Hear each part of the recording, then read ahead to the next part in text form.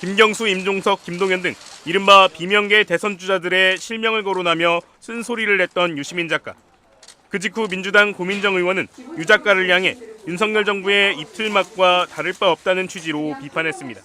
다 잘라버리고 손가락질 한다면 어떻게 비판을 할 수 있겠습니까? 그래. 저는 그 입틀막의 현상이 우리 당 안에서도 벌어지는 건 이미 오래전부터 벌어진 일이라고 생각합니다. 그러면 유시민 작가 이런 평가도 일종의 입틀막이다 이렇게 보시는 겁니까? 그렇죠. 이에 대해 유 작가는 19일 공개된 한 유튜브 방송에서 자신이 무슨 힘으로 입틀막을 하냐고 반문했습니다. 본인들이 이재명 대표 등을 비판하는 건 내부적인 다양성이고 자신들이 비판당하면 입틀막이라는 논리가 성립하냐는 겁니다.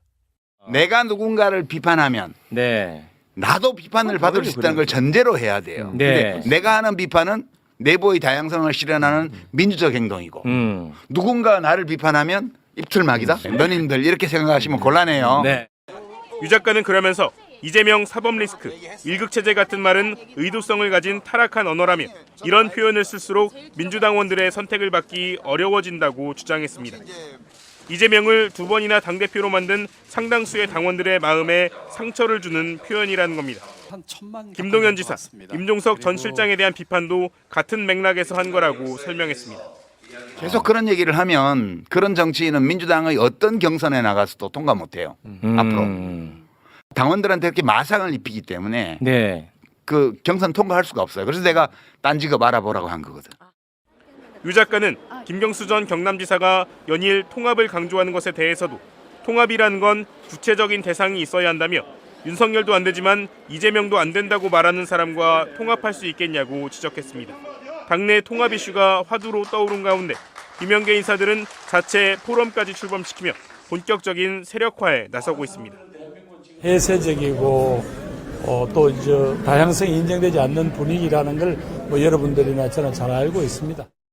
사실상 조기 대선 몸풀기에 들어간 이재명 대표는 21일 박용진 전 의원, 24일 김부겸 전 총리, 28일 김동연 경기지사 등 비주류 인사들과 잇따라 회동할 예정입니다. 나오지도 몰라. 아, 그건 아주 좋네요. 말하자면 좋더라고요. 악플이 많이 달린 기사인데 아유, 우리 지난번 방송 어마어마했어요. 어마어마했어. 왜 그런 거 하는 분들 있더라고. 댓글 읽기, 네. 악플 읽기. 네. 그런 느낌으로 오늘 해보면 좋을 것 같아. 그게 그 반응들을 보면 네. 저도 다 살펴봤는데 모든 게 다 들어있어 그 안에. 지금 이 탄핵 정국의 본질적인 어떤 아, 그렇습니까? 그다음에 왜 미디어가 이런 식으로 내란 세력과 민주주의를 지키려는 민주 세력 사이에 중립적인 위치를 취하면서 저쪽에 발언권을 그렇게 많이 주는가? 왜 여론조사 수치가 이렇게 나오는가? 도대체 종편이나 이런 데 나가서 평론하는 비평가들은 왜 저러는 건가? 이런 것까지 모든 것을 이야기할 수 있는 그런 댓글들이 많더라고. 야, 근데 이 부문이 재밌을 것 같아. 굉장히 많거든요. 이 언론사도 혼냈고, 평론가들도 혼냈고, 정치인들도 혼냈고, 진짜 어마어마하게 많은 부문에서 박살을 냈기 때문에, 야, 이게 쉽지가 않을 것 같은데. 당사자가 가장 먼저 말씀해 주시면 안 돼요? 거의 어쨌든 유시민 작가님 관련된 얘기밖에 없었잖아요. 내가 한 개만 우선 할까? 네. 내가 제일 초기에 나온 반응 중에 하나인데 입틀막.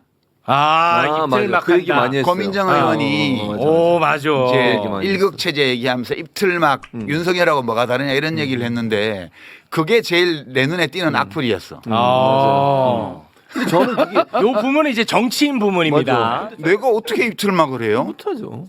공권력도 없고. 그러니까.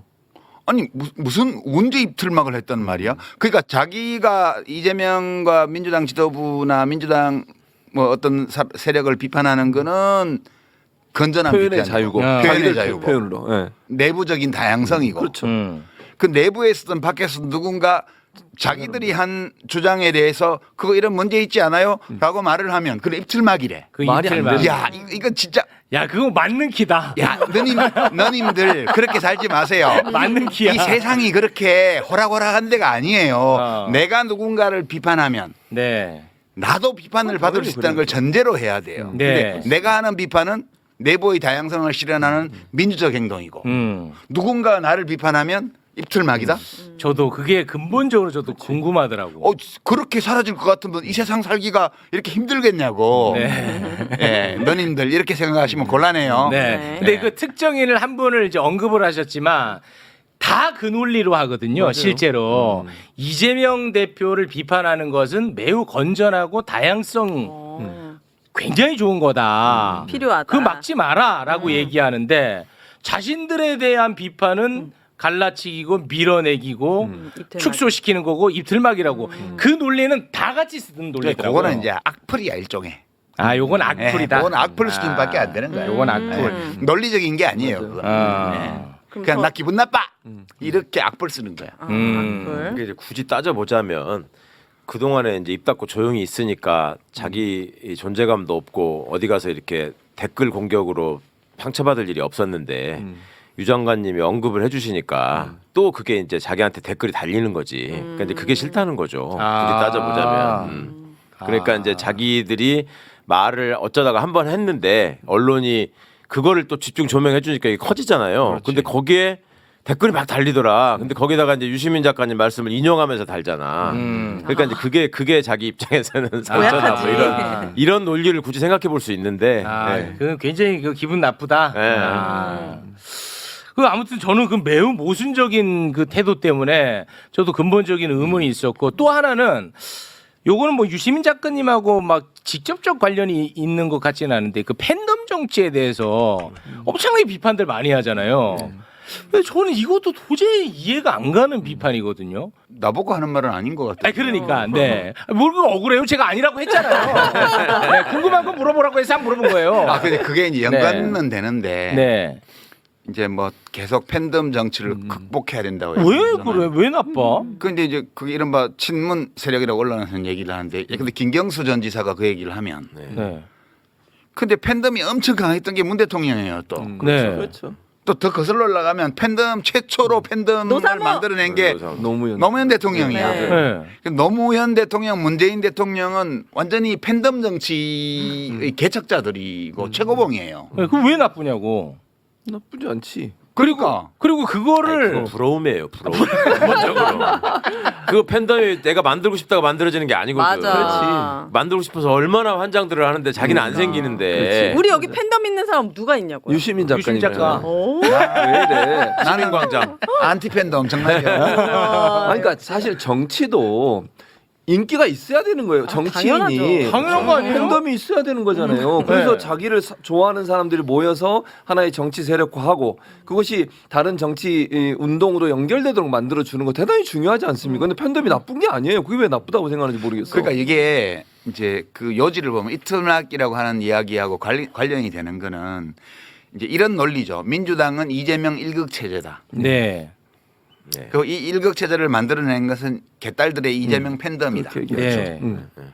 그리고 조금만 이재명을 비판하면 몰려들어서 이틀막을 시키려고 그런다. 네. 근데 민주주의는 다양성을 존중하는 건데 민주당이 이렇게 일극 체제로 되어서 내부 다양성이 없어지면 선거에서 이기기 어렵다. 그렇지. 딱 그 논리죠. 요 논리잖아요. 네, 맞습니다. 이게 다 맞습니다. 언론에서 다 퍼뜨리는 논리인데 이제 네. 이게 문제는 뭐냐면 일극 체제가 좋은지 다극 체제가 좋은지 어떻게 알아요? 선험적으로 일극 체제가 좋다, 다극 체제가 좋다라고 판단할 근거가 없어요.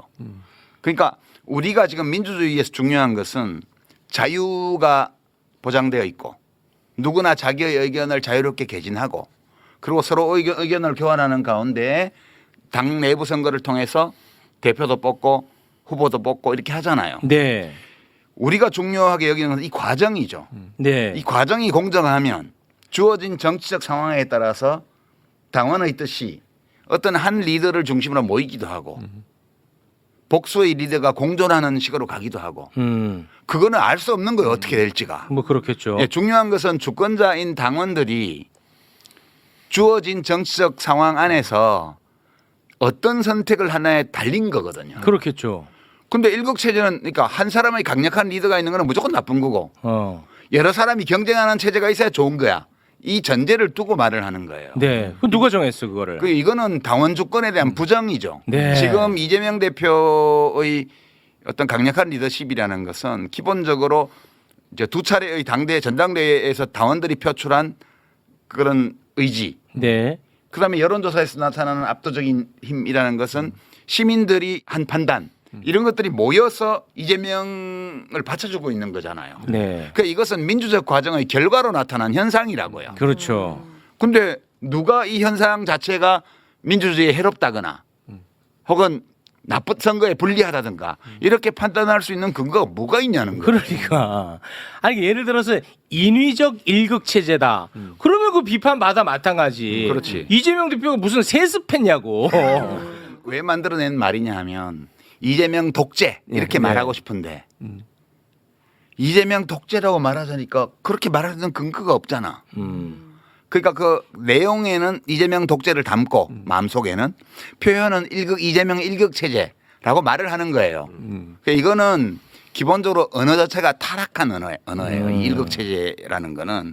그러니까 마치 이재명 사법 리스크 이것이 더러운 말인 것처럼 이 일극 체제도 불순한 동기에서 만들어낸 더러운 말이라고요. 근데 이게 민주당의 정치인이 이 언어를 가져다가 팬덤이 없는 자기 자신의 어떤 분함 이런 것들을 표현하는 손으로 써버리는 순간 당원들은 논리적으로는 이것을 논박을 하지 못하는데 마음속으로는 그러면 내가 투표해가지고 독재를 만들었단 말이야? 이렇게 기분이 나빠지는 거예요. 그래서 악플이 달리는 거거든. 그 기사에. 그러니까 이분들은 자기가 뭐 이재명 일극 체제는 당에 해롭다 그래서는 대선에 못 이긴다 뭐라고 막 말을 했는데 그 댓글에 네가 뭔데 뭐 내가 뽑았어 뭐 여론조사 압도적 1등인 대표 보고 무슨 소리야 뭐 지금은 힘을 모아서 정권 교체를 해야지 뭐 딴소리 하고 있어 이런 댓글이 막 달려요. 네. 그럼 이거는 댓글 다는 사람들이 논리적으로 차분히 논박을 못해서 그렇지 왜 그런 댓글을 다냐 하면 내가 당원인데 내가 지지자인데 그러면 내가 투표해가지고 독재 체제를 만들었단 말이야 마상을 입는 거지. 그래서 격하게 반응이 더 격하게 세지는구나. 나오는 거예요. 그럼 이 사람들이 이거를 야 이재명 독재야 역시 이렇게 생각하는 거예요. 그러니까 계속 그런 얘기를 하면 그런 정치인은 민주당의 어떤 경선에 나가서도 통과 못해요. 앞으로. 당원들이 투표하는 어떤 선거의 경선에 나가도 당원들한테 이렇게 마상을 입히기 때문에 네. 그 경선 통과할 수가 없어요. 그래서 내가 딴 직업 알아보라고 한 거거든. 그 얘기를 너무 내가 건너뛰어서 했어. 너무 짧게 했어. 인신공격을 한 게 아니에요. 인신공격을 한 게 아니라 내가 그때 벌써 안 맞아라고 얘기했잖아요. 그게 무슨 소리냐 하면 공직선거에 나가려면 민주당의 후보가 돼야 되고 민주당의 후보가 되려면 당원의 마음을 얻어야 되는데 날마다 페이스북 글로 당원을 모욕하고 있어요. 이렇게 해가지고는 앞으로 어떤 선거의 후보 경선에 나가도 당원들의 표를 못 받아요. 그렇기 때문에 선출직 공직자가 될 수 없다는 거야. 당을 바꾸지 않는 한. 네. 그 임종석 전 실장이 또 바로 반응을 냈어요. 뭐라고요? 예, 모두 나서달라고 설득해도 모자랄 판에 인격적 공격을 하는 건 아니지요. 라고 해서 이 얘기를 하신 그러니까 겁니다. 인격적 공격. 마상 입으셨네. 그러니까 인격적 공격으로 받아들여지게끔 표현한 건 내 잘못이야. 나는 요거 좀 동의되던데. 다른 직업을 알아보라고 하면 그거는 너무 셌어. 마상이지. 그런데 이제 그렇게 축약해서 설명하셨다는 거죠. 세세하게 얘기하는 분위기가 아니어서. 네. 알겠습니다. 아니, 사람이 어떤 지적에 대해서 조금 더 격하게 반응하는 경우는 제 경험에 비춰보면 자기가 그거에 대해서 약간 찜찜하게 자기도 알고 있는데 그걸 딱 짚어주면은 팍 터지거든요 이게. 네. 그걸 요새 전문용어로 긁힌다고 해요. 저는 무슨 생각이 들었냐면 예전에 이제 이 본인들이 각광을 받던 시기가 있었잖아요. 그렇죠. 청년 네. 정치인으로서 슈퍼스타였죠. 혹은 유망주로서 각광받던 시기들이 있었다고요. 근데 그 시기에 본인들이 경험했던 어떤 정치 지도자의 모습이라는 게 카리스마형 리더. 그러니까 저는 제가 생각할 때는 김대중 대통령님 같은 경우에는 당신의 능력과 어떤 조직력을 바탕으로 해서 카리스마 있는 지도자 사람들이 이렇게 선생님이라고 받들면서 추종을 했어요. 네. 근데 노무현 대통령 때부터는 그게 극복이 되기 시작한다고요. 지도자가 대중 속으로 들어간다고. 그래가지고 우리가 이 사람을 만들었어. 이런 자부심을 이제 사람들이 느끼고 지지자들이 함께 울고 이런 그렇죠. 게 생겨버렸는데 예. 그게 지금도 과거에 봤던 그런 카리스마형 리더의 모습만 남아 있고 이 바뀐 현상 속에 사람들의 마음이나 관심이 어디로 향하고 있는가를 이게 놓치고 있는 거야. 업데이트가 안 되는 거야. 자기가 그 안에서 함께 인정을 받고 성장을 못 해봤기 때문에 그러니까 지금 이재명이라는 사람이 갖고 있는 지지도나 이런 것들은 이재명이 막 엄청나게 탁월한 업적을 세워가지고 야 나밖에 없어 따라와 내가 빛을 비춰줄게 이런 게 아니거든. 적어도 지지자들 입장에서 볼 때는 같이 사선을 넘은 동지라는 어떤 그 연대의식이 생겨버렸어요. 이재명 대표가 몇 번의 죽을 고비를 넘기면서 사법적으로 죽이려고 했고 실제로 칼로 찔러 죽이려고 했고 그렇죠. 계엄령까지 해서 죽이려고 했는데도 희한하게 이 양반이 그걸 자꾸 넘어간단 말이야. 근데 그 과정에서 사람들이 이걸 바라보면서 짠한 마음도 있지만 동지의식, 연대감을 느껴버렸다고. 그러니까 이재명이 앞장서가지고 제가 지금 1극으로 가야 되니까 나머지들 다 눌러주세요 이렇게 얘기 안 해도 그거를 기분 나쁘게 받아들이는 거잖아요. 딴 사람들이 자꾸 고개를 쳐들면. 근데 그 현상이 쉽게 납득이 안 가는 것 같아요. 옛날 개념으로 꼭 그러잖아요. DJ가 김종필하고도 손잡았는데 네. 아, 지금은 나한테 잡을 그래? 필요가 없어. 나한테 그래 이거. 그때는 그렇게라도 하지 않고는 정권 교체를 할 수가 없는 불가능하니까, 예. 조건이었기 때문에 방법으로 그걸 선택을 한 거지 도덕적으로 그것이 바람직해서 한 게 아니거든. 그런 거죠. 아, 그러면 뭐 말 나온 김에 그 김경수 전 지사 이야기 잠깐 한번 해볼까요? 저도 근데 그날 함께 이야기를 들으면서 이건 제 생각입니다. 가장 애정 어린 저는 인물평이었다고 개인적으로 생각해요. 심지어 김경수 전 지사의 어떤 미래 정치에 대해서 걱정을 해주는 그런 말이었다고 저는 생각했는데 당사자도 그게 좀 못마땅했던 것 같던데 당사자조차 아니 이제 접수는 안 된 것 그런 것 같아요. 같은데. 아 접수가 안 네, 됐어요. 제가 이제 언론에서 미디어에서 나오는 비평들을 쭉 살펴봤는데 유튜브까지 다 포함해서 네. 그 어제 박구영 교수가 네, TV조선 TV조선 그 가짜 뉴스요. 유튜브에서 그 왜곡해서 가짜 뉴스 만들어서 뭐 2030 예, 예. 폄훼했다는 그 영상 만들어내서 이제 그것 때문에 당직을 그만뒀잖아요. 맞습니다. 그게 우리 언론이 만들어내는 가짜 뉴스 내지 왜곡 보도 또는 프레임 전쟁의 기본 양식이에요. 아, 너무 근데 심하던데. 이제 제 경우에도 보면 평론가들이든 정치인들이든 그 우리가 했던 얘기들을 다 본 사람이 거의 없었어요. 아. 그러니까 제가 쭉 검색하면서 본 거는 민주당의 신현영 의원하고 JYP 김포 박진영. JYP인가 박진영 씨 박진영. 그 두 분이 확실히 봤더라고. 네. 네.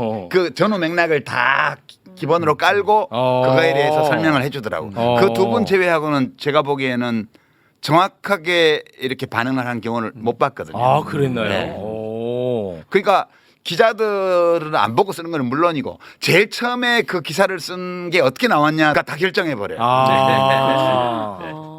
네.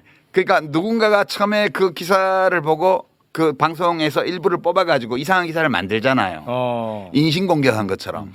그러면 모든 평론가들이 그것만 보고 나와서 종편에 나와서 비평을 하고 유튜브에 나와서 떠드는 거예요. 와, 그럼 그게 매불쇼가 되는 거네. 매불쇼하고는 거의 아무 상관이 없는 진짜 거야. 너무 속상하네. 아니 국힘 정치인도 막 뭐라고 아주 엄숙한 표정으로 아주 진지하게 뭐 말을 하는데 누구지 그 누구더라 재섭. 아 김재섭. 네. 자 김재섭 의원이 이렇게 이야기를 했습니다. 1950년대 조선 노동당과 지금의 민주당이 많이 닮지 않았나. 지금 유시민이 원하는 민주당은 과거의 유시민이 망한 사회의 예시로서 비판하던 북한의 모습이 아닌가. 스스로를 자유주의자라 칭하며 전체주의를 경멸하던 게 유시민 본인 아닌가. 극우 집회에 대해서 한마디도 못하는 게 전체주의를 얘기하고 기가 막힌다 진짜. 야, 유시민이 아무리 잘못했어도 예. 내란 우두머리보다 잘못하진 않은 것 글쎄 같아. 말이야. 아니 내가 계엄령을 발동을 하기를 했어.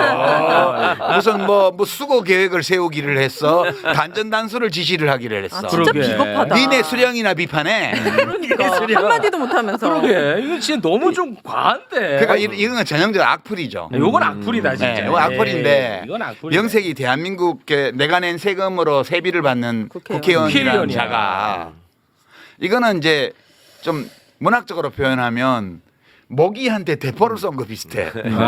저 우습게 얘기를 하면. 네. 어디다 대고 유일체제야 전체주의고. 근데 그 뒤도 더 저는 그 뒤가 더 문제라고 생각하는데요. 10년 사이에 유시민의 뇌에는 무슨 일이 벌어진 걸까? 정치적 야욕으로 그의 뇌가 썩어버린 것 같다. 이게 뭡니까? 이거 본인 얘기 아니에요? 이게 사실은 인격 모독이에요. 아니 인격 모독이 아니라 이거는 팩트가 틀리지. 그러니까 정기 은퇴했는데. 야욕이 없는. 아니 그리고 근데 부처님 눈에 부처님 보이고 뭐 개 눈에는 뭐만 보인다고 얘기 중에 그런 게 있었어요. 유시민 작가님이 이재명 대표를 띄워놓고 나중에 집권하게 되면 총리를 노린 약속받은 것 같대. 그래서 이렇게 하신다는 거야.